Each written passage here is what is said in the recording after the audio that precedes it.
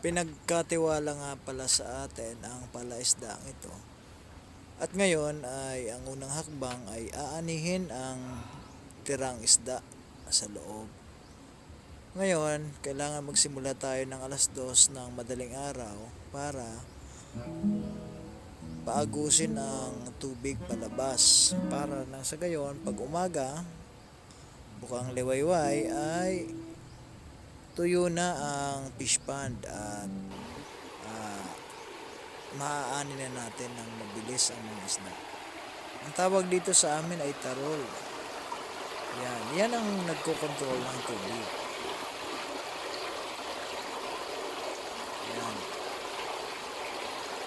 Kung mapapansin nyo, may kahoy doon sa loob. Yan ang control ng tubig. Kung gaano ka taas ang level ng tubig, ngayon aalisin ko yan. Kailangan nga pala dito ng upper body strength kung ikaw ay bibitin dyan kasi walang hagdan, kailangan talagang bibitin dyan iba at pataas.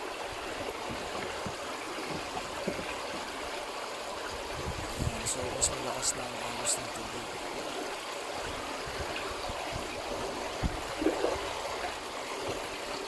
Kailangan pataas, kailangan buhatin ang sarili mo.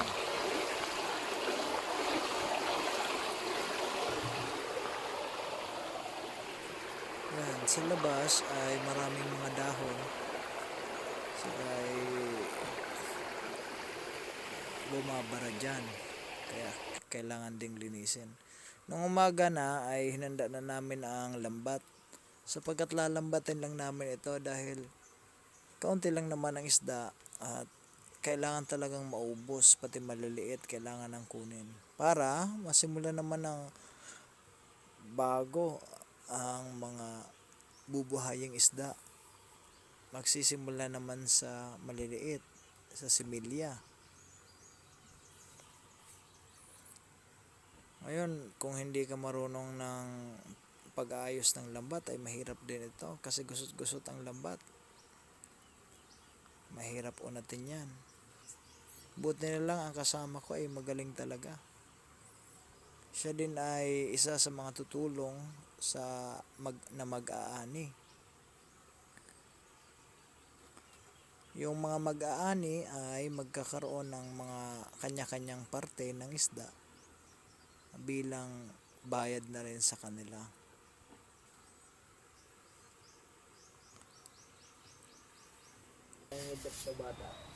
Yan, inaantay namin matuyo talaga yung fish pond. Tuloy pa na umaagos palabas yung tubig. Kaya upo muna, usap-usap. Naninigarilyo yung kasama ko. Ay, wala kung pagpapalugan na sa mga building ng Surinda. Yung babalagi ang mga nagsimula na kaming i-area ang lambat. Mapapansin nyo dun sa kabila ay may mga parating, may dala silang banyera at timba.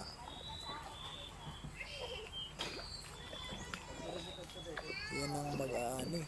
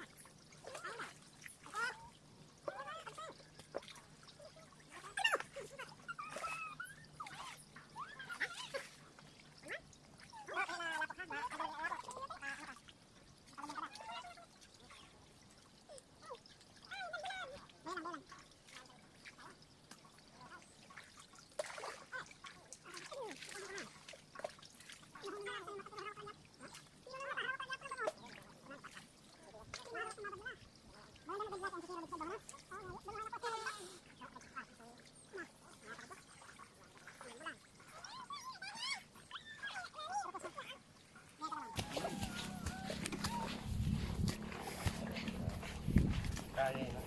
table dito ay? Masa na ka ba sana? Tawin akong pambulad-bulad ko rin. Pwede na ako makato. Ano? Patay ng bugao. Magkasiliri na.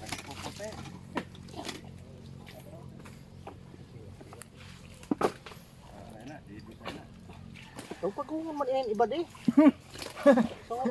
Nagbilit na sa ano, hukot. Bukod pa yun na bugao. Nagbilit na sa hukot ang bugaong. Ano nga? Adi kita, adi. Ini na sa akin? Oo. Pahubasan mo ini para makuha ini ho. Ini panura-sura. Oo. Dagdagi pa na, kada malubi ka. Dari, dari.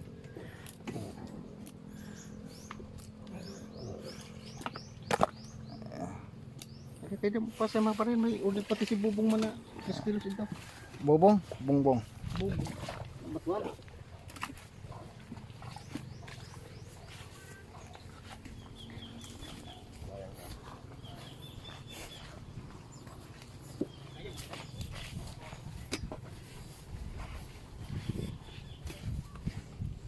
Dalangan hukot.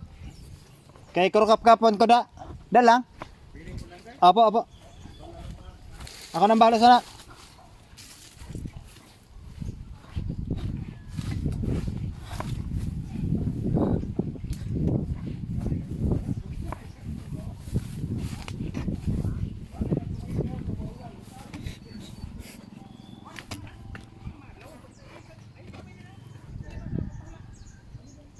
Ako na sana.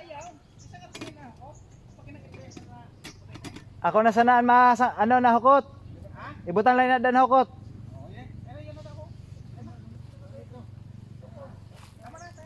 Amo ni na, buhin ni na. Ako na sa bahala.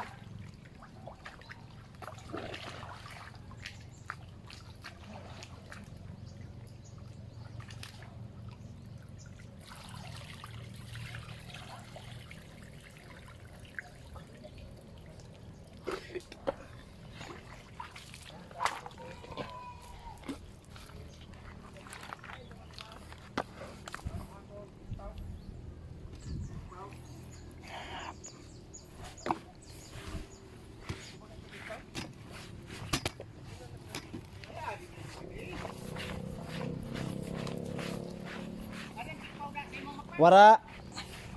Wara.